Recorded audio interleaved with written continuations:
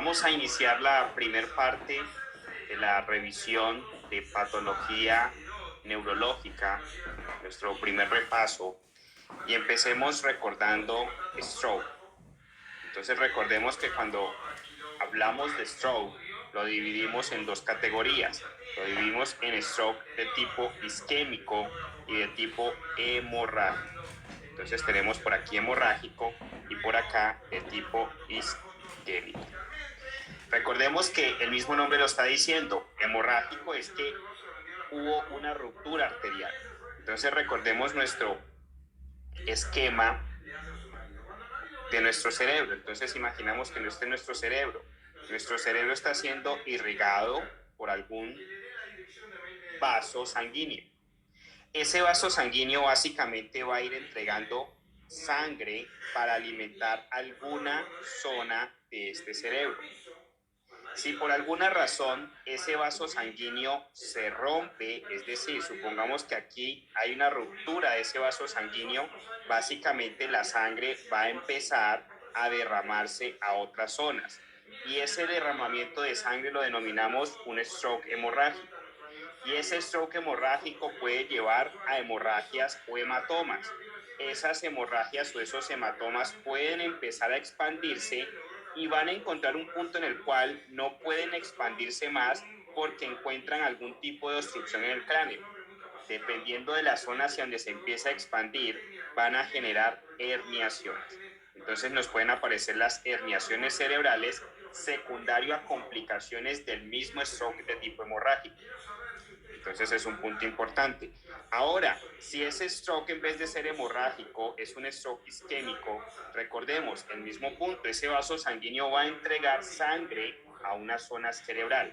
Pero si por alguna razón tenemos una obstrucción al flujo de esa arteria, básicamente la sangre evita o no puede pasar ese conducto arterial o irrigación. Por lo tanto, la zona que está irrigando se va a morir. Entonces es una patología de tipo isquémico. Básicamente encontramos en ese caso el stroke isquémico. Entonces es un punto importante que tengamos claro esa situación para nuestro examen. Entonces lo primero que hicimos fue definir entre stroke isquémico y stroke hemorrágico. Y recordamos que el stroke hemorrágico se va a generar secundario a rupturas aneurismáticas, entonces se da secundario a rupturas de aneurismas. En cambio, el stroke isquémico se da secundario a eventos trombóticos o a eventos embólicos. Recuerda, el evento trombótico se produce en ese espacio, en ese punto arterial. En cambio, el evento embólico proviene de otro sitio y el trombo, entre comillas, se establece en ese punto cerebral.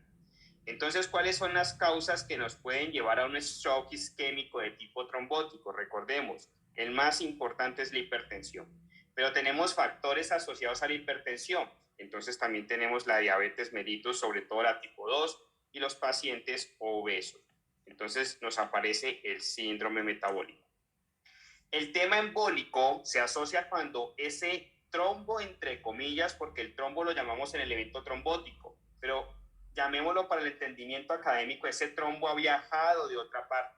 Entonces nos aparece la fibrilación auricular, nos aparece la disección de aorta, nos aparece la estenosis de la arteria carótida y nos aparecen las válvulas protésicas.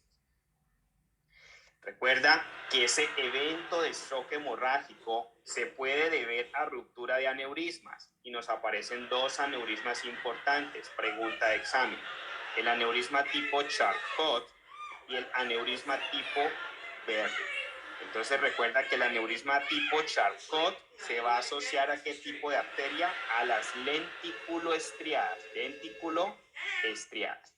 Y recuerda que el aneurisma Berry, ¿a qué arteria se asocia? A la comunicante anterior. Pregunta de examen. Pero recuerda que si tenemos un stroke de tipo isquémico y de ese stroke de tipo isquémico se hace como un stroke focal, como un stroke lacunar, también se asocia a la arteria lenticuloestriada. Entonces en los stroke isquémicos también tenemos afectación de la lenticuloestriada. Entonces es una posible o una buena pregunta de examen que nos evalúe en la arteria lenticuloestriada, porque aparece en afectación de los stroke hemorrágicos y de los stroke isquémicos. Entonces es importante que recordemos en dónde se ubica esa arteria lenticuloestriada. Entonces, recordemos que tenemos el ventrículo y siempre para efectos académicos y de mnemotecnia nos imaginamos una nave. Entonces, al lado hay dos alas, globo pálido y putame. Recuerda que entre ese ventrículo y el globo pálido y putame nos aparece todo este espacio que estoy dibujando en amarillo, que es la cápsula interna. Recuerda que los núcleos caudados están arriba, el hipotálamo está abajo. Entonces, teniendo en cuenta esa ubicación, hay una arteria que se va a ramificar y va a entrar a la cápsula interna. Esas arterias que entran a la cápsula interna son las arterias lenticuloestriadas. Importantísimo.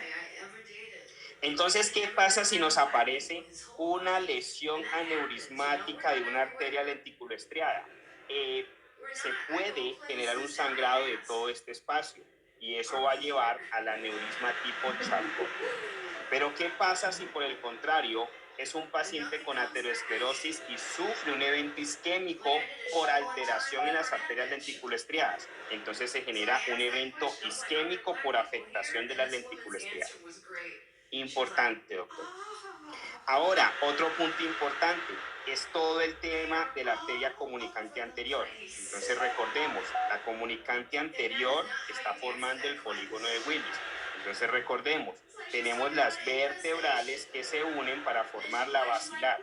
Entonces aquí tenemos una arteria vertebral, otra vertebral que se une y forma la basilar. Van a lanzar hacia posterior unas prolongaciones que se van a llamar las cerebrales posteriores. Cerebrales posteriores. Después se nos une la cerebral media y se comunica con la cerebral posterior a través de la comunicante posterior. Entonces tenemos comunicante posterior que están uniendo cerebral media con cerebral posterior. Después nos aparecen las cerebrales anteriores que se comunican entre sí a través de la comunicante anterior. Entonces, cerebral anterior, comunicante anterior. Pregunta de examen. ¿En dónde se nos generan las hemorragias subaracnoideas o por qué razón? Por el aneurisma tipo Berry, secundario a ruptura del aneurisma que se está formando en la comunicante anterior. Entonces, ¿en dónde está el aneurisma tipo Berry? En la comunicante anterior. Sangre que se genera la hemorragia subaracnoidea. ¿Y eso que genera? Un stroke de tipo hemorrágico.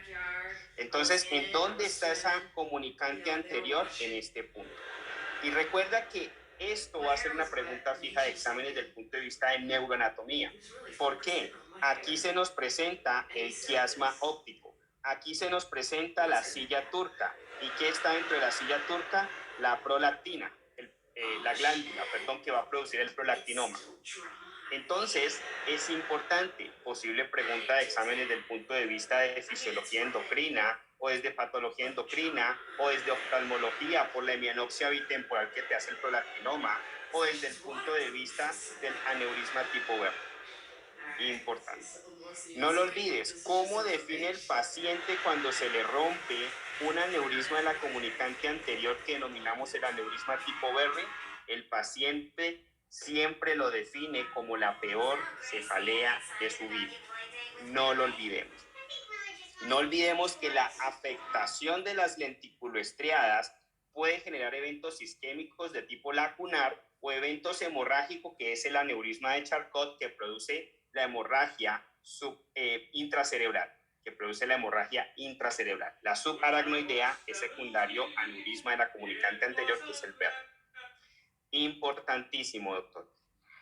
Ahora, recordemos que tenemos áreas lábiles más factibles de sufrir isquemia en nuestro cerebro o en nuestro sistema nervioso central. Entonces, esas tres áreas son pregunta de examen. Recuerda, todo paciente después de un evento hipoxémico, después de un evento que ha disminuido el volumen intravascular o que está en un paro cardiorrespiratorio, puede tener mayores afectaciones de ciertas áreas comparados a otras. Recuerda que en el colon son las flexuras. Recuerda que a nivel cerebral es el hipocampo, pregunta de examen, y especialmente el lóbulo temporal. Recuerda que están las neuronas piramidales del córtex. Recuerda que están las células de Purkinje del cerebelo. Entonces nos aparecen tres zonas importantes: el hipocampo en el lóbulo temporal, las neuronas piramidales del córtex y las células de Purkinje del cerebelo. Tres puntos que son muy lábiles a la isquemia, que son muy lábiles a la hipoxemia, que son muy lábiles a la hipoperfusión. Por lo tanto, más fácilmente sufren daño. Entonces, ¿cuáles son las tres áreas que más fácilmente sufren daño en el cerebro frente a la hipoxemia, frente a la hipoperfusión, frente a la hipovolemia, frente al paro? Estas tres. Pregunta de examen. Ahora, recordemos nuevamente el polígono de Willis. Entonces, recuerda, vienen las vertebrales y se unen. ¿Y nos forman cuál? La basilar. Entonces viene vertebral derecha, vertebral izquierda, se unen, nos forman la basilar y se proyecta posteriormente la cerebral posterior. Entonces nos aparecen aquí cerebrales posteriores. Después, recuerda, se nos une la cerebral media y esta cerebral media se une con la cerebral posterior a través de la comunicante posterior. Importante. Entonces, vamos formando el polígono de Willis. Ahora, básicamente, nos aparece la cerebral anterior, que se unen entre sí gracias a la comunicante anterior. Entonces tenemos aquí cerebral media, cerebral anterior, que se unen con la comunicante anterior y aquí se nos une la comunicante posterior. ¿Qué estamos formando ahí? El polígono de Willis. Recuerda que es importante saber, en medio de ese polígono de Willis nos aparece el tema del quiasma óptico. Ahí también encontramos la silla turca y ahí también encontramos la glándula que nos puede producir el prolactinoma. Entonces, ¿qué pasa si comprimimos ese quiasma óptico? Nos aparece la hemianopsia bitemporal. El paciente no ve los campos laterales. Recuerda que el ojo todo lo evalúa de forma cruzada. Estos son campos visuales. Este es el ojo. El ojo nos está viendo de forma cruzada. Es decir, nuestra parte nasal del ojo está evaluando los campos laterales. Nuestra parte lateral del ojo está evaluando los campos visuales mediales.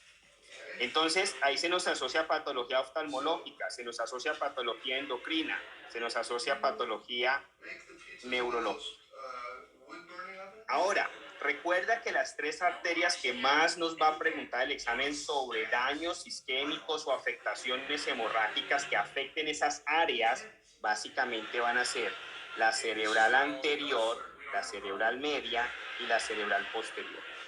Recuerda que si estuviésemos viendo nuestro cerebro en una visión lateral, básicamente imaginamos que este es nuestro cerebro. Recuerda que nuestro cerebro lo dividimos en tres áreas. Entonces la parte frontal lo toma la cerebral anterior, la parte temporal lo toma la cerebral media y la occipital o posterior lo toma la cerebral posterior. Entonces esto está mirando a parte frontal, esto está mirando a parte temporal y esto está mirando a parte posterior occipital. Entonces, si hay afectaciones de alguna de esas tres arterias, van a generarse unas expresiones clínicas. Sencillo, asociemos unos puntos especiales. Si nos dicen paciente con stroke y tiene alteración de las extremidades, mira qué extremidades tiene alteradas. Eso ya te está diciendo cuál es la arteria o el territorio que se está afectando. Entonces, en un stroke que básicamente esté afectando la cerebral anterior, pregunta de examen, ¿en dónde ves los síntomas? En las extremidades inferiores. En un paciente que está afectando la cerebral media, ¿en dónde ves los síntomas? Pregunta de examen, cara y extremidades superiores. Un paciente que está afectando la cerebral posterior, ¿qué hace? Te afecta la visión. Y recuerda que nos aparecen las cerebelares. No es lo mismo cerebral que cerebelar. Entonces recuerda que las cerebelares nos aparece una por aquí, que básicamente es la cerebelar posterior. Después nos aparece otra por acá. Y recuerda que esa es la cerebelar anterior. Y después nos aparece otra por acá, que básicamente es la cerebelar superior. Entonces recuerda que cuando el paciente afecta esta zona, te puede hacer el síndrome del paciente bloqueado, paciente consciente pero no se puede mover. Recuerda que cuando afectamos la cerebelar anterior, el paciente nos puede hacer síntomas de cara caída. ¿Quién más afecta la cara? No lo olviden, la cerebral media. Entonces, ¿quiénes te pueden afectar cara? Cerebral media y cerebelar anterior. Recuerda que si afectamos la cerebelar posterior, el paciente puede hacer síntomas en la garganta. Y recuerda que aquí nos aparece la unión de una arteria y la unión de otra arteria que forma la espinal. El paciente que hace afectación de la espinal puede hacer síntomas contralaterales e ipsilaterales. Recuerda que la afectación ipsilateral es ¿de quién? De la lengua. La lengua se desvía señalando el sitio de la lesión y los síntomas contralaterales se ven en extremidades superiores, inferiores y afectación en la propiocepción. Importante, doctores. Esas son las arterias que más pregunta el examen, siendo la más frecuente cerebral anterior, cerebral media y cerebral posterior. Pero no dejes de un lado las cerebelares y la espinal. Ahora, recuerda que dependiendo del territorio que se esté afectando, nos pueden aparecer las afasias. ¿Y qué es una afasia? Algo que el paciente no puede expresar. Afásico, inexpresivo. Entonces recuerda que esas dos afasias que el examen más nos pregunta es la afasia de Broca y la afasia de Wernicke, que están relacionadas con esta posición cerebral. Entonces vámonos nuevamente en esa posición. Tenemos una posición lateral del cerebro. Supongamos que este es nuestro cerebro. Recuerda que nuestro cerebro lo estamos dividiendo en tres áreas. Entonces básicamente tenemos la parte anterior, la parte media y la parte posterior. En ese mismo orden tenemos los territorios arteriales. Entonces esa parte anterior que es la frontal es la cerebral anterior. Esa parte media que nos enfocamos ahora en la temporal es la cerebral media. Y esa parte posterior, que es la parte occipital, es la cerebral posterior. Entonces la visión está evaluada en nuestro cerebro atrás. La parte frontal es la que nos da esa coordinación de portarnos como humanos, esa personalidad, todos esos comportamientos mentales superiores. Pero hay dos zonas importantes que tenemos que tener en cuenta. Entonces, en la parte frontal, no lo olvidemos, encontramos el área de Broca. Y en el área temporal encontramos el área de Wernicke. Esas dos áreas se comunican a través de un fascículo, porque básicamente lo que hablamos tenemos que comprenderlo, lo que nos hablan tenemos que comprenderlo y tenemos que responderlo. Entonces, la articulación de una palabra tiene que tener coherencia. Entonces, yo hablo con la zona de Broca, entiendo con la de Wernicke y respondo a lo que entiendo. Entonces, es la forma como llevamos un diálogo. Pero, ¿qué pasa si no tengo conexión entre esas áreas? Básicamente, voy a tener pérdida en la conexión de lo que hablo con lo que entiendo. ¿Qué pasa si yo tengo daño en alguna de las áreas? Pues o no voy a poder hablar o no voy a poder entender. Entonces eso es lo que llamamos las afasias de Broca o Wernicke. Entonces recuerda, Broca es la frontal, Wernicke es la temporal. ¿Hay conexión entre esas dos áreas? Es decir, ¿hay una conexión entre el lóbulo frontal y el temporal? Claro que sí. El área de Broca y Wernicke se tienen que comunicar. Ahora, ¿qué sucede si un paciente tiene un infarto en el territorio de la cerebral anterior? Se puede ver afectado el área de Broca. ¿Qué pasa si un paciente tiene afectado el área del territorio de la cerebral media? Hace un infarto en el territorio de la cerebral media. Puede afectar el área de Wernicke. Entonces, estos pacientes nos pueden hacer afasias. Entonces, ¿qué pasa si nos aparece una afasia de Broca? porque el paciente está afectando la zona frontal porque es territorio de la arteria cerebral anterior. Entonces, isquemias que estén afectando el territorio de la cerebral anterior, el paciente se puede expresar con afasia de Broca. Recuerda la mnemotecnia, Broca se parece a boca, y eso lo van a encontrar en algunos libros. Entonces el paciente no articula o no puede expresar las palabras que sí entiende. El paciente le hablas, el paciente entiende, pero el paciente no puede expresar lo que está entendiendo o lo que él desea expresar. Entonces el problema está en la boca, porque se dañó el área de Broca. Entonces la boca no le funciona, no puede hablar el paciente.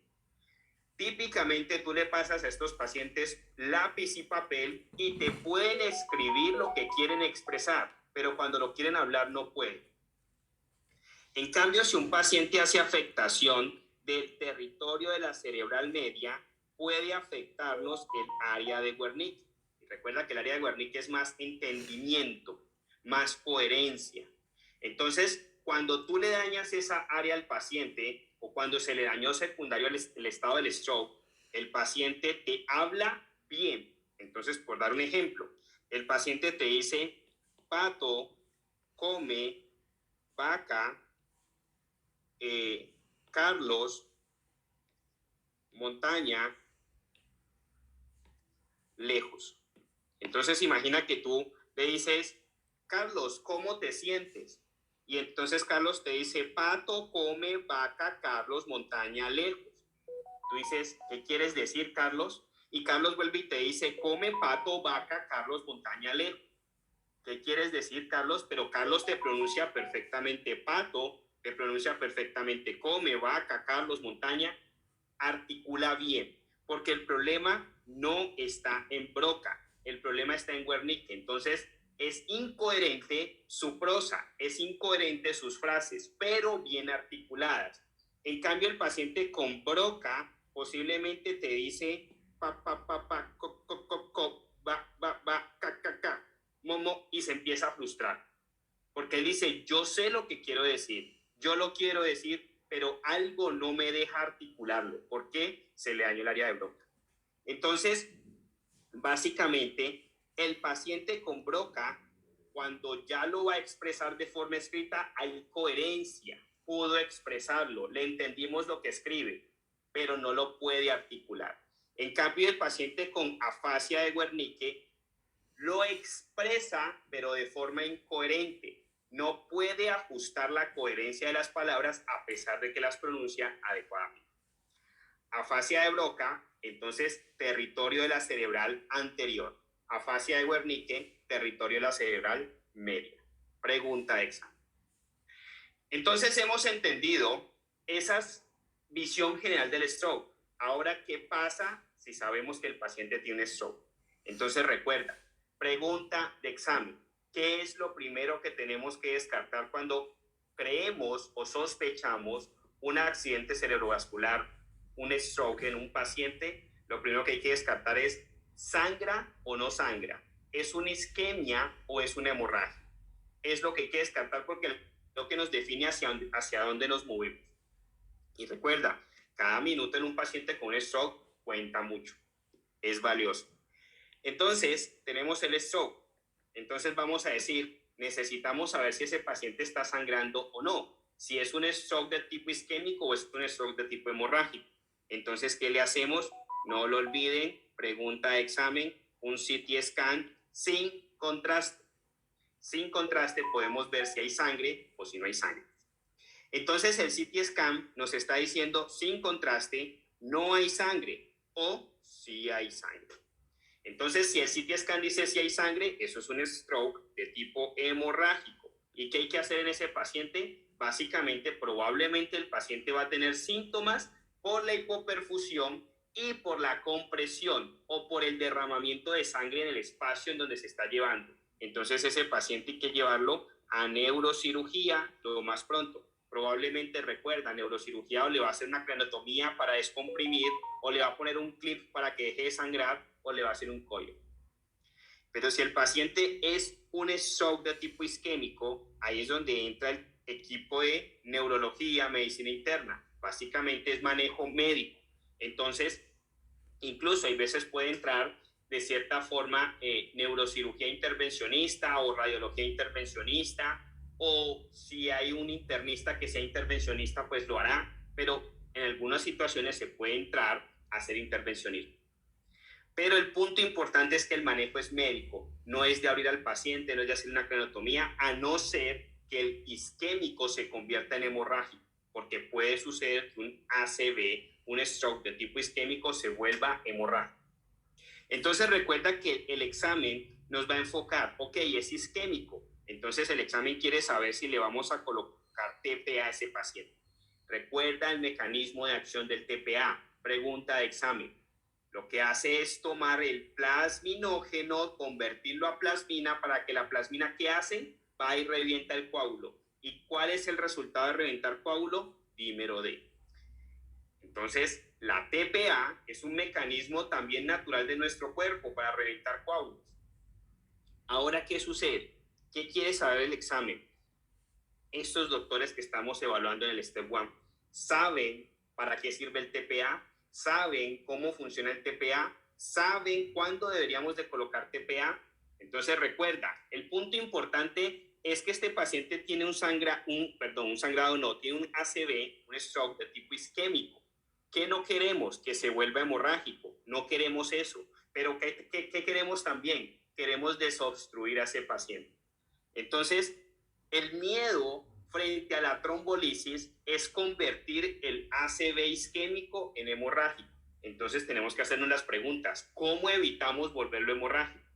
Entonces, asumimos que los ACVs, los stroke isquémicos, con evolución mayor de 3 a 4.5 horas, tienen alto riesgo de convertirse en hemorrágicos si los trombolizamos. Entonces, un ACV, un stroke de tipo isquémico que tenga una evolución mayor de 3 a 4.5 horas, pensamos que no los tenemos que trombolizar. Pero si vemos que es un stroke isquémico que lleva 10 minutos, pensamos que podemos reperfundir a ese paciente. Entonces decimos, ok, el tiempo me afirma que lo puedo trombolizar. Pero entonces, ¿qué tal que el paciente tenga un sangrado activo? El paciente lo hayan operado hace 2 días de una cirugía mayor, una cirugía abierta de reemplazo de cadera, o el paciente esté en terapia profiláctica con heparinas y que esté sangrando en la terapia profiláctica con heparinas, o el paciente tenga un sangrado digestivo. Entonces tú dices, yo trombolizo a ese paciente y el sangrado digestivo se va a empeorar. No se va a morir de la ACV, pero sí se va a morir de la hipovolemia. Va a sangrar en cantidades alarmantes. Entonces, ahí nos hacemos 3 preguntas. ¿El paciente tuvo hemorragia intracerebral algún momento? ¿El paciente tiene algún tipo de sangrado activo? ¿O el paciente ha tenido alguna cirugía mayor en las últimas 2 semanas? Si todas esas preguntas son negativas, es decir, el paciente no ha tenido hemorragia intracerebral, el paciente no tiene sangrado activo, el paciente no tiene cirugía mayor en las últimas 2 semanas y el tiempo de evolución todavía es corto, lo trombolizamos. Si no, no se tromboliza. Importante, doctores. Típicamente la pregunta de examen es el CT scan sin contraste. Es la pregunta más típica de esta parte. Entonces, ¿cómo descartamos si el paciente tiene o no tiene un sangrado por un stroke con un CT scan sin contraste? Ahora supongamos que el paciente sangró. Entonces recuerda que esos sangrados, esas hemorragias que se pueden dar, básicamente pueden ser por aneurisma tipo Charcot, que es una hemorragia intraparenquimatosa intracerebral, o puede ser porque se rompió el aneurisma tipo Berry, que lo que nos produce es la hemorragia subaracnoidea. Pero recuerda que dentro de las hemorragias intracraneales podemos tener 2 de tipo traumático, 2 de tipo aneurismático. Entonces nos aparecen las hemorragias intracraneales. Entonces recuerda, tenemos 2 por evento traumático y 2 por evento aneurismático. Entonces recuerda, esas de evento aneurismático son las que determinamos como los stroke de tipo hemorrágico. Entonces nos aparece el aneurisma tipo Berry y el aneurisma tipo Charcot. No olvides que el aneurisma tipo Charcot se genera en hemorragia intraparenquimatosa y el aneurisma tipo Berry se genera en hemorragia subaracnoidea. Y esos de trauma, hablamos del hematoma epidural y hablamos del hematoma subdural. Recuerda que el epidural está más asociado ¿a quién? A pacientes jóvenes con traumas craneoencefálicos de alto impacto. ¿Y el subdural está asociado a quién? A pacientes viejitos con traumas craneoencefálicos no de tan alto impacto. Pueden ser incluso traumas craneoencefálicos de bajo impacto. Se cayó desde su propia altura, se cayó en el baño, se estaba bañando y el viejito hace un hematoma subdural. ¿Recuerda por qué? Por el proceso de atrofia cerebral que es natural en el proceso de envejecimiento fisiológico. Entonces vamos a ver cada uno de ellos. Recuerda, tenemos que entender la posición, la distribución y las relaciones que tienen las meninges para entender más fácilmente hematomas. Entonces recuerda, tenemos la mnemotecnia DAP. Entonces nos aparece la dura madre, la aracnoides y la pía madre en ese orden. De exterior hacia interior, ¿cuál está primero? La dura madre, después la aracnoides y después la pía madre. Entonces, ¿cuál es la meninge más interna? La pía madre. ¿Cuál es la más externa? La dura madre. Entonces, la dura madre está en contacto ¿con quién? No lo olvidemos, con el cráneo. Y la pía madre está en contacto ¿con quién? Con el cerebro. ¿Por dónde transcurre el líquido cefalorraquídeo? Pregunta de examen. Transcurre por el espacio subaracnoideo. Entonces, sub quiere decir por debajo del aracnoide. No hay epiaracnoideo. Entonces, lo que está por encima del aracnoide se le llamaría subdural. Importante. Entonces, llamamos a este espacio, coloquémoslo en otro color, llamamos a este espacio epidural. Llamamos a este espacio subdural. Llamamos a este espacio subaracnoideo. Importante. Entonces, básicamente en esos espacios es donde podemos tener acumulación de sangre. Entonces, hablemos del primero, que es el hematoma epidural, que se estaría generando en este espacio. Entonces, si viéramos a un paciente que tiene un hematoma epidural, básicamente vamos a encontrar que tiene la sangre en este espacio, entre el cráneo y el espacio de la dura. Entonces, ese es el hematoma epidural. Entonces, ¿por qué se generan los hematomas epidurales? Coloquémoslo aquí, epidural. ¿Por qué se generan los hematomas epidurales? No lo olvidemos, doctores, los hematomas epidurales se generan por ruptura de la meningia media. Pregunta de anatomía, ¿la meningia media es rama de quién? Rama de la maxilar. Típica pregunta de examen, en la misma pregunta te están evaluando patología neurológica y anatomía. Entonces te dicen todo el cuadro clínico de un paciente joven, accidente de tránsito, trauma craneoencefálico, te ponen el TAC, la tomografía, y te dicen paciente que lo estaban subiendo a la ambulancia y tenía periodos de lucidez y depresión neurológica, lucidez, depresión neurológica. ¿Cuál es la rama de la arteria afectada? Entonces no te van a preguntar directamente ruptura de la meningia media, sino que la respuesta va a ser la maxilar. Entonces tienes que saber que esto es un hematoma epidural y que la meningia media es rama de la maxilar. Importante. Entonces no lo olvides. Epidural es un trauma craneoencefálico de alto impacto. Normalmente un paciente joven. ¿A quién le gusta andar rápido en carros? A los pacientes jóvenes. Entonces, ¿qué se genera? Una ruptura de la meningia media. ¿Es rama de quién? De la maxilar. Entonces, epidural, las tres M's. Meningia media, maxilar. Es un paciente joven, trauma craneoencefálico de alto impacto. ¿Cuál es la característica clínica que siempre el examen te coloca? El paciente tiene periodos de lucidez, depresión neurológica. Lucidez, depresión neurológica. Recuerda, ¿por qué se genera? Básicamente el cráneo se fractura, revienta la meningia media y empieza a sangrar. Importante. Ahora nos aparece el subdural. ¿En dónde se genera el subdural? Por debajo de la dura. Eso quiere decir que el hematoma empieza a generarse en este espacio. Entonces empieza a sangrar todo el espacio subdural. Recuerda, ¿cuál es el principio fisiopatológico de las hemorragias o los hematomas subdurales? Entonces recuerda, normalmente nosotros en nuestro cerebro tenemos unas circunvoluciones y esas circunvoluciones básicamente están mucho más juntas, mucho más pegadas en nuestra etapa de jóvenes.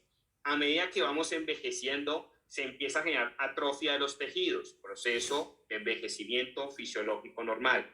Entonces recuerda que colocaba un ejemplo. Suponemos que esto mide medio centímetro, un espacio entre una circunvolución y otra.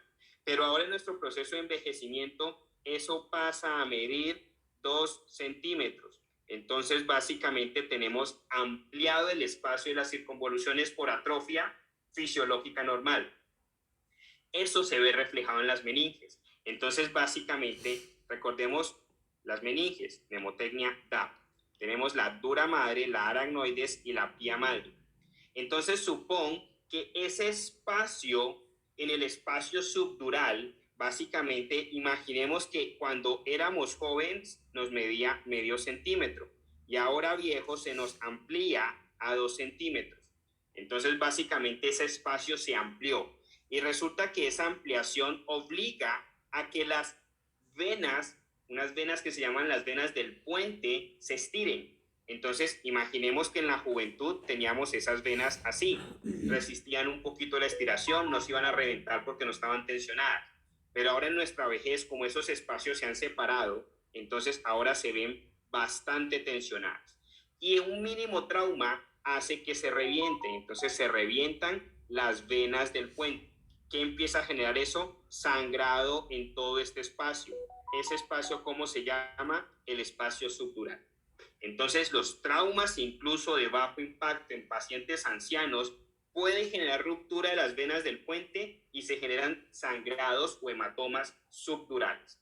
Entonces, ¿qué es el punto importante? Normalmente estos sangrados, estos hematomas pueden desviar la línea media.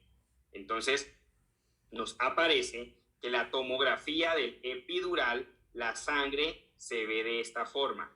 En cambio, el subdural, la tomografía, se ve la sangre de esta forma. Entonces, es un punto importante.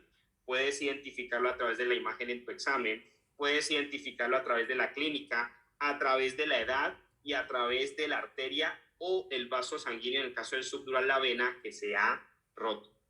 Importante. Hablemos ahora de la subaracnoidea. Entonces, coloquémoslo aquí. Entonces, recuerda que la subaracnoidea nos entra dentro de los temas de aneurisma. ¿Qué genera la hemorragia subaracnoidea? La ruptura del aneurisma de Berry. ¿Cómo expresa el paciente una hemorragia subaracnoidea?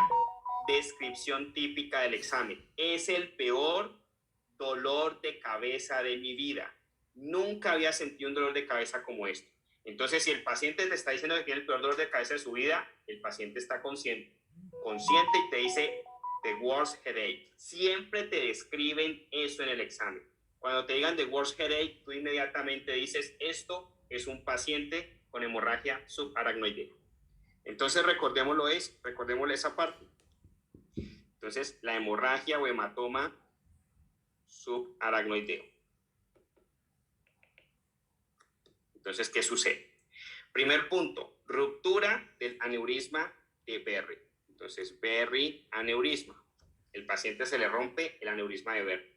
Y recuerda, lo estuvimos viendo acá al principio, el aneurisma de Berry básicamente está en la comunicante anterior, es decir, está en esta posición. Es decir, que el paciente donde sangra, el paciente empieza a sangrar en todo este espacio. Entonces, el paciente sangra en el polígono de Willis. Entonces, el paciente tiene un aneurisma tipo Berry, básicamente se presenta en la comunicante anterior, está consciente y ¿qué te dice? Es la peor cefalea de mi vida. Ahora, la hemorragia intraparenquimatosa. Recuerda, ¿por qué se genera? Por el de Charcot. El de Charcot, ¿en donde se encuentra? En la lentículo estriada. Importantísimo, doctores.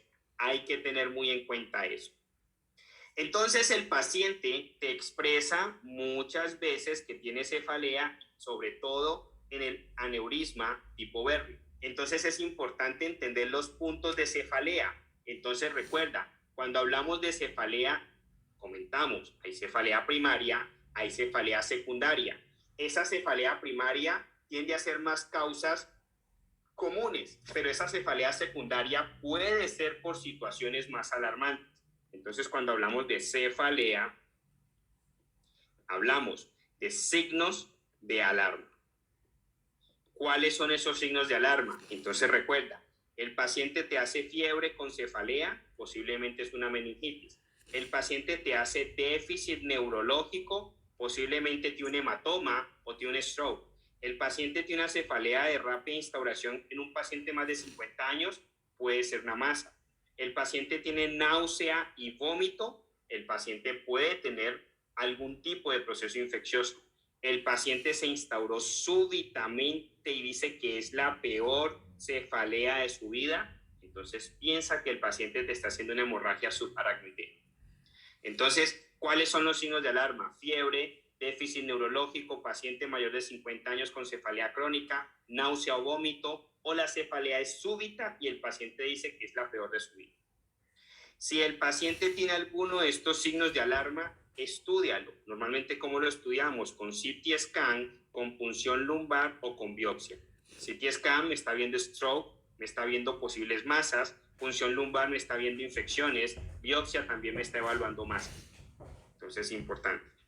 Pero si el paciente dice, no tengo nada de eso, no tengo fiebre, no hay déficit neurológico, posiblemente no es una instauración crónica en un paciente mayor de 50 años, no hay náusea ni hay vómito, ni hay sensación de que la cefalea se instauró súbitamente o es la peor de su vida, entonces piensas en causas de cefalea primaria. Recuerda, el tumor, la meningitis, la hemorragia subaracnoidea, el pseudotumor cerebral, y todos esos son causas de cefalea secundaria. La cefalea primaria, entonces recuerda, hablamos de la cefalea tipo tensional, hablamos de la cefalea tipo clúster y hablamos de la cefalea tipo migraña. Pregunta de examen. Perdón. Pregunta de examen. Los tipos de cefalea primaria son pregunta fija de examen. Y es sencillo. ¿A quién le duele más la cabeza? ¿A los hombres o a las mujeres? A las mujeres. Entonces, de las 3 cefaleas, 2 se la ganan las mujeres. Una nomás no la ganamos los hombres. Entonces, ¿cuál es la cefalea de los hombres? La cefalea tipo clúster. Por lo tanto, la migraña y la cefalea tensional son las cefaleas de las mujeres. Ahora, las cefaleas pueden ser por efectos musculares o por efectos vasculares. ¿Cuáles son las de efectos vasculares? ¿Cuáles son las de efectos musculares? Entonces, las de efectos musculares son una sola. ¿Cuál es? La de tensión.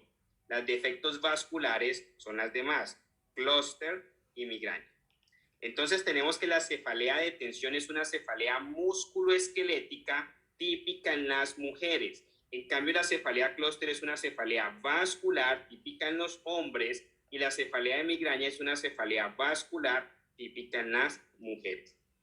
Casi siempre con esas dos características sacamos el tipo de cefalea. Pero podemos asociar cosas un poco que nos pueden afianzar más la respuesta. La migraña normalmente se presenta con un aura.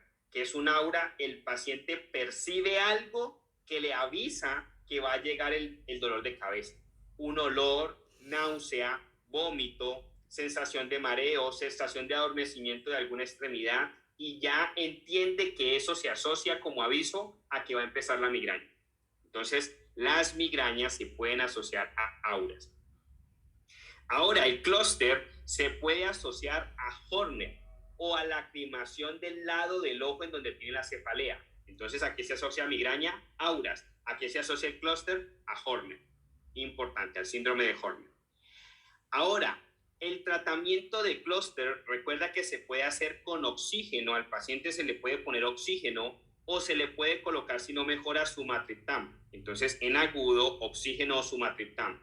Ya como mecanismo profiláctico le podemos dar verapamil. Al paciente con migraña en agudo, en el evento agudo, le podemos dar antiinflamatorios no esteroideos o le podemos dar sumatriptan o le podemos dar ergotamina y en tratamiento más profiláctico le podemos dar topiramato o valproato. Recuerda, la ergotamina y los triptanos causan vasoconstricción. Recuerda que uno de los efectos de la cefalea es la vasodilatación. Entonces hay que hacerle vasoconstricción. Pero ¿qué pasa? No lo olvides, pregunta de examen. ¿Qué pasa si tú le haces vasoconstricción a un paciente que tiene enfermedad coronaria o que tiene enfermedad ya de vasos? El paciente, cuando haga vasoconstricción, ocluye completamente el radio del vaso y empeora su efecto isquémico cardíaco o empeora su enfermedad coronaria. Entonces, pacientes con enfermedad coronaria, debido a que la ergotamina y los triptanos hacen vasoespasmo o vasoconstricción, está contraindicado darles ergotamina o triptanos. Pregunta de examen.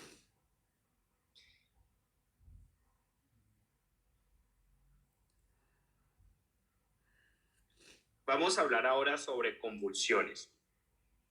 Entonces recordemos que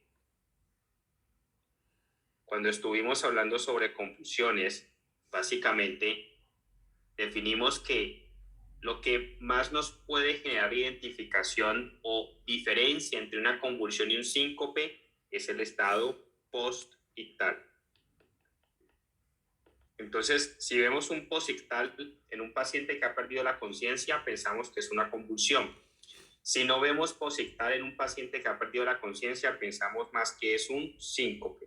Entonces nos aparece el tema de síncope y el tema de convulsión real. Entonces recuerda, paciente que pierde la conciencia y tiene estado postictal, piensa en convulsión. Ahora, recuerda que esa convulsión tenemos que definirla, ¿es una convulsión de primer vez o es una convulsión repetida? Si ese paciente tiene una convulsión repetida, pensamos que es más un estatus epiléptico. Entonces, si está repitiéndose múltiples veces esa convulsión, evalúa varios aspectos. Entonces, recuerda, dentro de tu examen tienes que evaluar, ¿el paciente tiene adecuados niveles de anticonvulsivante? ¿Será que tenemos que aumentar la dosis? ¿Será que tenemos que adicionar otro anticonvulsivante? ¿O será que lo tenemos que cambiar? Si todo eso está perfecto, ya se le adicionó, los niveles están perfectos, las dosis están perfectas, entonces miremos en el paciente si tiene algún evento vascular, o si tiene algún evento infeccioso, o si tiene algún evento traumático, o si tiene algún evento autoinmune, o si tiene algún evento metabólico. Recuerda, el evento metabólico que más evalúa el examen para convulsiones son el sodio, pero pueden haber otros eventos metabólicos que pueden asociarse a trastornos metabólicos que se asocian a convulsiones, pero el más asociado es sodio. El paciente puede tener exceso de ingesta de alcohol o el paciente puede tener ingestas de fármacos, de drogas endovenosas u orales que alteran el sistema nervioso central. El paciente tiene una masa, entonces tiene un neoplasma, o el paciente es psiquiátrico. Entonces, el paciente tiene un problema vascular o infeccioso o trauma o autoinmune o metabólico, o ingiere alcohol o drogas ilícitas o drogas que alteran el sistema nervioso o tiene neoplasma psiquiátrico, si la convulsión es repetida y ya las dosis están perfectas de anticonvulsivante, el paciente tiene 2 o 3 anticonvulsivantes puestos, entonces piensa que hay otra causa adicional. Pero si la convulsión es de primer vez, recuerda que esa convulsión de primer vez básicamente podemos ver, ¿es una convulsión generalizada o es una convulsión parcial? Y esa convulsión parcial puede ser simple o compleja. ¿Qué define una convulsión compleja? Loss of consciousness. El paciente pierde la conciencia. Es lo que más nos muestra esa parte de convulsión compleja. Y recuerda que cuando las convulsiones son generalizadas pueden ser tónico, pueden ser clónicas, atónicas o tónico-clónicas, etc. La que más nos importa para el examen es la de ausencia. Recuerda que la convulsión de ausencia típicamente en el examen es un niño que tiene problemas académicos en la escuela. ¿Por qué? Porque continuamente se pierde, pero esa forma de perderse en el espacio, el examen te dice que queda como mirando el espacio, no es que el niño esté elevado, no es que el niño esté perdiendo conexión con su profesora, es que el niño está teniendo una convulsión de ausencia. La convulsión de ausencia, el niño pierde la conciencia. ¿Y qué se le da? Pregunta de examen, etosuximide, importante. Entonces, el etosuximide se usa para las convulsiones de ausencia y esas convulsiones de ausencia para efectos del examen es mucho más frecuente en los niños hombres. Importante.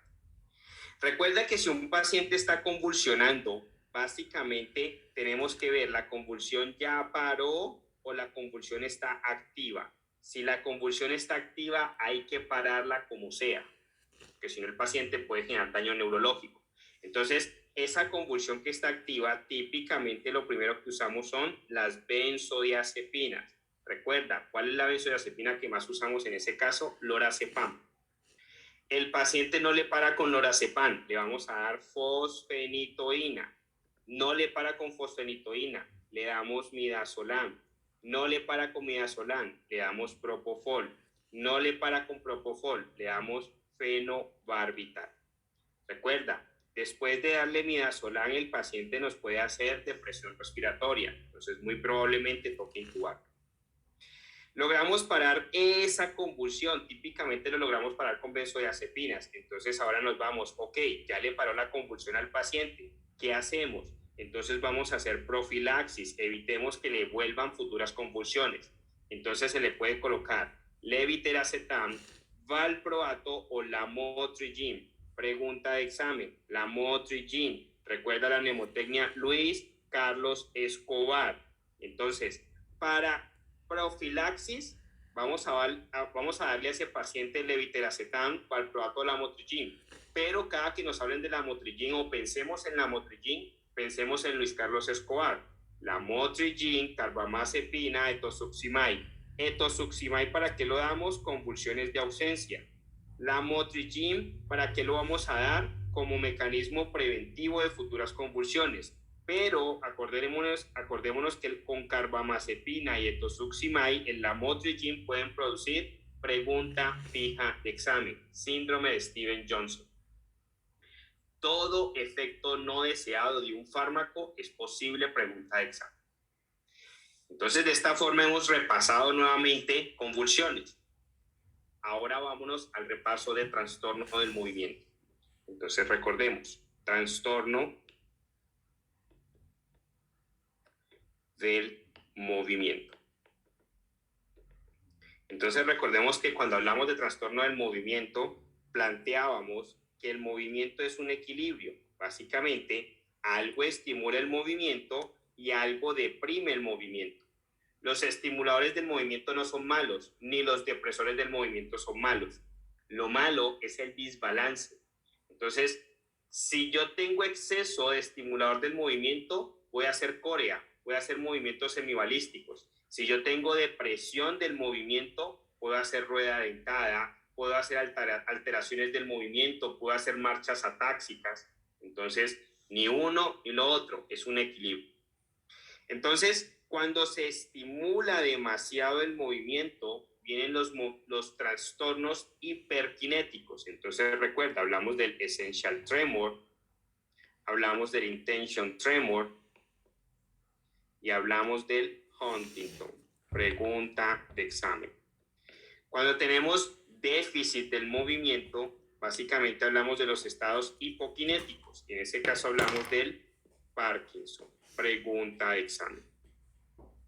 Entonces, empecemos recordando los primeros, que son exceso de movimiento, estados hiperkinéticos. Entonces, recuerda que los estados hiperkinéticos los denominamos el essential tremor, el intention tremor y el Huntington. Recuerda, Huntington es pregunta de examen. Hay otra patología que es muy asociada al tema de las tripletas, también en neuro, pero una de ellas es Huntington.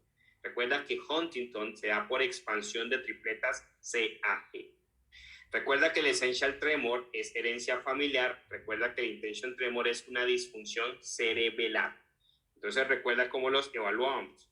Entonces, en los dos casos, colocábamos a que el paciente trate de tocarse la punta de la nariz y luego tocar un objetivo.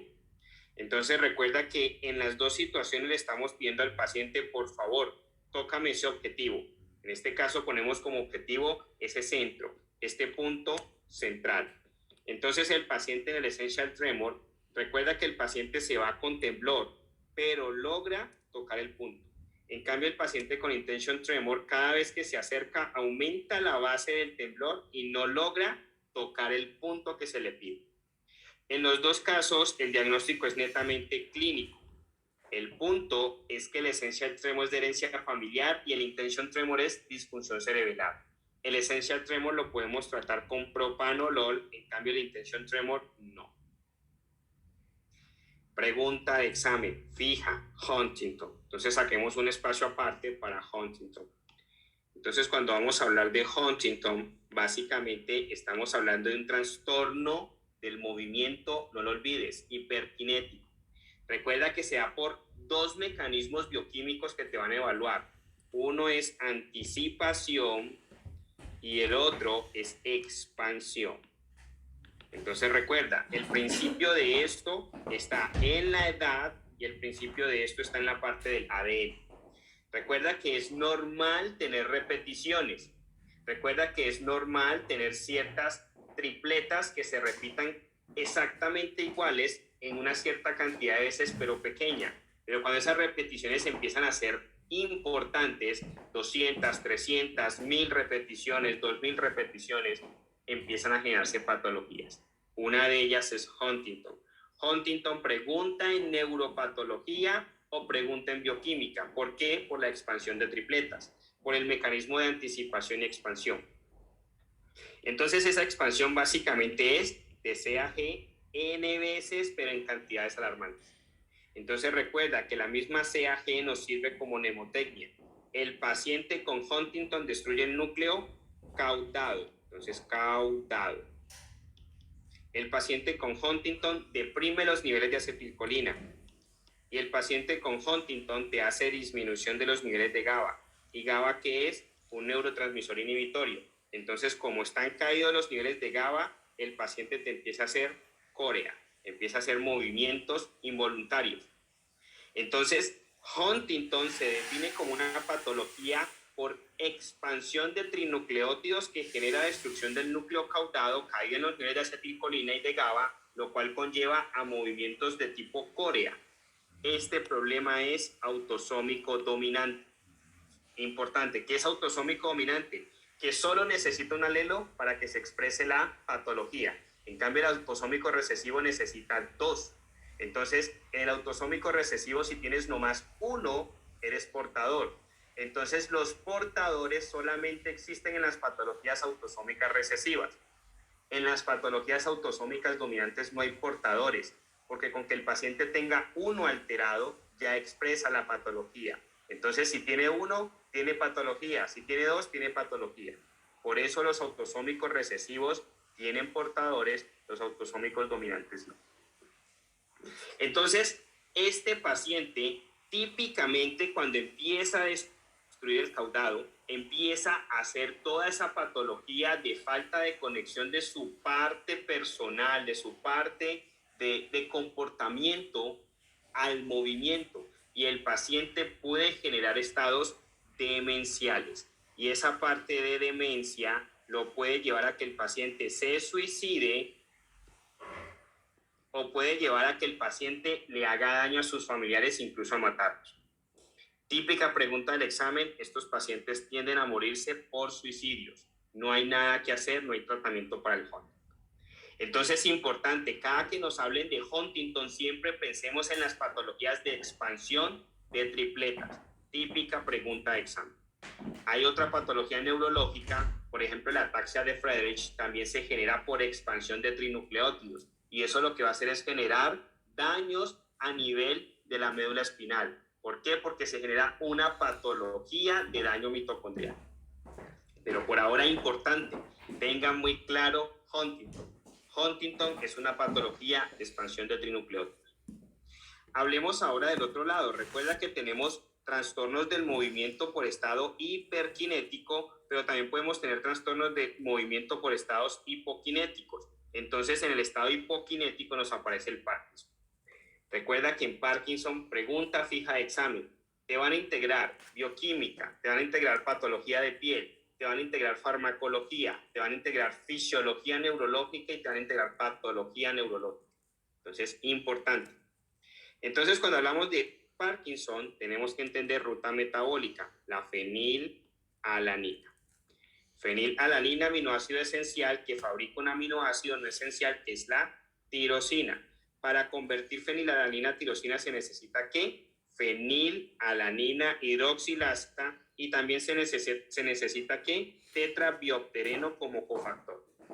Si tenemos déficit de la fenilalanina hidroxilasa o el tetrabioptereno que aparece, PKU, ¿qué es eso? Fenilcetonuria.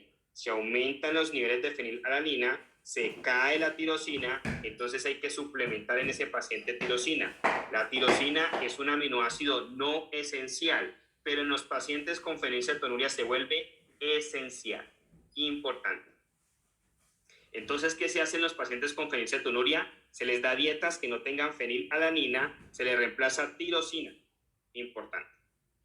Ahora, supongamos que el paciente le funciona bien el proceso enzimático y el proceso activador del tetrabioptereno, esa tirosina se va a ir a convertir a L-dopa, que es el punto importante para Parkinson. La L-dopa se va a convertir, básicamente, coloquémoslo aquí en azul, se va a convertir en dopamina, a través de la vitamina C como cofactor y de la dopamina hidroxilasa. Esa dopamina se va a convertir básicamente en norepinefrina. Entonces aquí se va a norepinefrina. Entonces, básicamente la dopamina se vuelve norepinefrina, lo había dicho mal antes. La dopamina se vuelve norepinefrina gracias a la vitamina C y a la dopamina hidroxilasa. La norepinefrina ahora se va a epinefrina. Entonces, ruta metabólica que hay que tener claro. Por lo menos hasta dónde tienes que tenerla clara, por lo menos hasta que llega a dopamina. Porque recuerda, te van a evaluar PKU, ahí te van a evaluar albinismo, ahí te van a evaluar Parkinson, ahí te van a evaluar farmacología. Recuerda que la L-dopa va a buscar meterse ¿a dónde? Al sistema nervioso central. Entonces la L-dopa tiene la capacidad de atravesar la barrera hematoencefálica. Entonces se nos mete al sistema nervioso central. Pero 2 puntos. La L-dopa se puede descomponer periféricamente, es decir, antes de entrar al sistema nervioso central. O la L-dopa se puede descomponer a nivel central. Entonces, cuando se descompone a nivel periférico, la L-dopa se va a volver 3-OMP o se va a volver dopamina. ¿Quién vuelve la L-dopa dopamina? Básicamente una enzima, pero hay un fármaco que bloquea esa conversión. Entonces ahí tenemos la carbidopa. Entonces la carbidopa evita la conversión periférica de L-dopa a dopamina. Ahora, ¿quién convierte la L-dopa a 3-OMP? La catecol o metiltransferasa, la COM, catecol o metiltransferasa. Ahora, podemos tener un fármaco que induce el ingreso de la L-dopa al sistema nervioso central. ¿Cuál es? No lo olvidemos, pregunta de examen, levodopa. Entonces, la carbidopa lo que hace es evitar que la L-dopa se descomponga a nivel periférico. Y la levodopa lo que hace es estimular que la L-dopa se meta al cerebro, se meta al sistema nervioso central. Ahora la L-dopa a nivel central se puede descomponer a dopa C o se puede descomponer a 3-MT. Básicamente, si evitamos que la L-dopa se vuelva dopa C a nivel central, mantenemos más niveles de dopa a nivel central. ¿Quién hace eso? Los bloqueadores de la monoaminooxidasa tipo B, de la MAO tipo B. ¿Quién bloquea la monoaminooxidasa tipo B a nivel central? El Seleglin. Importante. Ahora, recordemos esa parte fisiológica. Nuestro cerebro tiene sistema dopaminérgico y sí tiene sistema colinérgico. Entonces, por acá tenemos el sistema colinérgico y por acá tenemos el sistema dopaminérgico. El sistema colinérgico va a estimular a GABA, y GABA que es inhibitorio, entonces inhibe el movimiento. El sistema dopaminérgico que es excitatorio del movimiento. Por lo tanto, una regulación entre dopa y GABA nos hace que nuestro movimiento sea coordinado y perfecto. Pero si se estimula mucho dopa, problemas con el movimiento. Si se estimula mucho GABA, problemas con el movimiento. Entonces, cuando se estimula el sistema dopaminérgico para el movimiento, es la vía nigroestrial. Dopa, a nivel de la vía nigroestrial, lo que hace es estimular los receptores D1 y D2.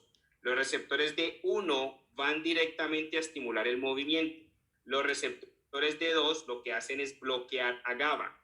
No lo olvides, pregunta de examen. Los receptores D1, ¿qué son? Estimulatorios. Los receptores D2, ¿qué son? Inhibitorios. Pero no por ser inhibitorios inhiben el movimiento.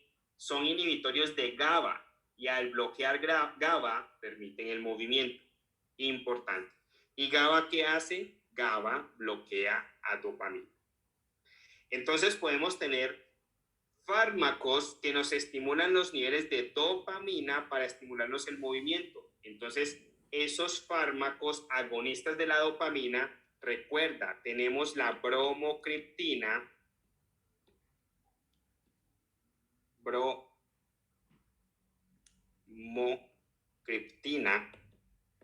tenemos el pramipexole y tenemos el ramiprexol. ¿Qué sucede? Los tres son agonistas de dopamina. Pregunta de examen. Pero recuerda que tenemos la vía tuberoinfundibular y la vía nigroestrial. Recuerda que la vía nigroestrial es para el movimiento y la vía tuberoinfundibular es para el control de la prolactina a través de la dopamina. Las dos vías son dopaminérgicas, pero uno es para prolactina, el otro es para el movimiento. Entonces, bromocriptina lo usamos más en la vía tuberoinfundibular. Pramipexol o ramipexol lo usamos más en la vía nigroestrial. Entonces, en Parkinson podríamos usar más pramipexol y ramipexol más que bromocriptina. Bromocriptina, ¿en qué lo usaríamos? En pacientes que tengan estados de hiperprolactinemia. Se disminuye la activación de la prolactina por estimulación de la dopamina. Importante. De esa forma hemos repasado Parkinson. Recuerda que en Parkinson nos puede aparecer la bradiquinesia, la rueda dentada, el tremor en descanso, que es el resting tremor, y la inestabilidad postural. Son temas típicos que nos aparecen en Parkinson. Importante. No olvides de entender el levodopa, de entender carbidopa, de entender en dónde actúa la catecolometiltransferasa y de entender cuál es la razón de usar más bromocriptina a nivel de la vía tuberoinfundibular. Importante. Ahora, por último, recordemos la parte de muerte cerebral. Y sobre todo en muerte cerebral vamos a enfocarnos mucho en el tema del reflejo del agua fría. Entonces recuerda, normalmente lo que nos permite nuestras funciones vitales es el tallo. Lo que nos hace humanos es el cerebro. Básicamente, cuando queremos evaluar tallo y cerebro, ¿qué hacemos? El reflejo del agua fría. Entonces recuerda, cerebro nos hace humanos, pero casi que todos los reflejos están dados por el tallo. Entonces el tallo da funciones vitales y lo podemos evaluar con reflejos. ¿Cuál es el reflejo que evaluamos? No lo olvidemos, el reflejo del agua fría. Entonces imaginemos que tenemos las dos orejas del paciente, tenemos sus dos ojos y sus dos ojos nos están mirando. Entonces este paciente nos está mirando. Pero supongamos que en este paciente sospechamos algún daño cerebral o algún daño de tallo, o los dos. Entonces, ¿qué vamos a hacer? Vamos a tomar una jeringa y básicamente le vamos a infundir agua fría a través del oído. Recuerda, colocábamos el ejemplo del oído derecho. Este es el oído derecho, este es el oído izquierdo. Cuando se le infunde agua fría en ese oído derecho, si fuese en el izquierdo, el paciente haría reflejo hacia la izquierda. Como en este caso es el derecho, el paciente inmediatamente hace un movimiento reflejo. Esto no es voluntario, es reflejo. Entonces, ¿qué te hace el paciente? Inmediatamente mira hacia el lado en donde está colocando el agua fría. Eso lo coordina el tallo. El reflejo se evalúa o evalúa el tallo. Entonces los reflejos nos están evaluando en el paciente tallo. Entonces, un paciente que tiene dañado el tallo posiblemente es un paciente que muy probablemente esté en muerte cerebral. Porque recuerda que el que daña el tallo ya no tiene funciones vitales. El que no tiene funciones vitales está muerto, hay que soportarlo. Si lo desconectas, no logra sostenerse por sí solo. Entonces, el efecto del agua fría hace que inmediatamente el ojo voltee a mirar el lado donde está el agua fría. Eso es reflejo del tallo. Pero el cerebro le dice al tallo, oiga, ¿por qué me volteaste los ojos? Acomódense.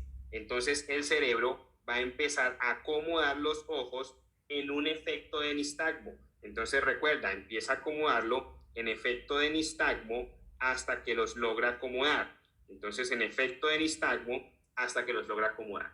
Entonces hay dos fases. La primera fase es reflejo. La segunda fase es de acomodación. La primera fase, ¿quién la hace? El tallo. La segunda fase, ¿quién la hace? El cerebro. Entonces, si tú le infundes agua fría a un paciente, te mueve los ojos rápidamente hacia el lado que infunde el agua, pero se quedan los ojos ahí, no se acomodan, está dañado el cerebro. Pero si al paciente tú le pones básicamente el agua fría y nunca mueve los ojos, el paciente tiene dañado el tallo. Importante, pregunta de examen, reflejo de tallo y acomodación cerebral. De esta forma, doctores, hemos hecho el primer repaso de la primer parte de patología neuro.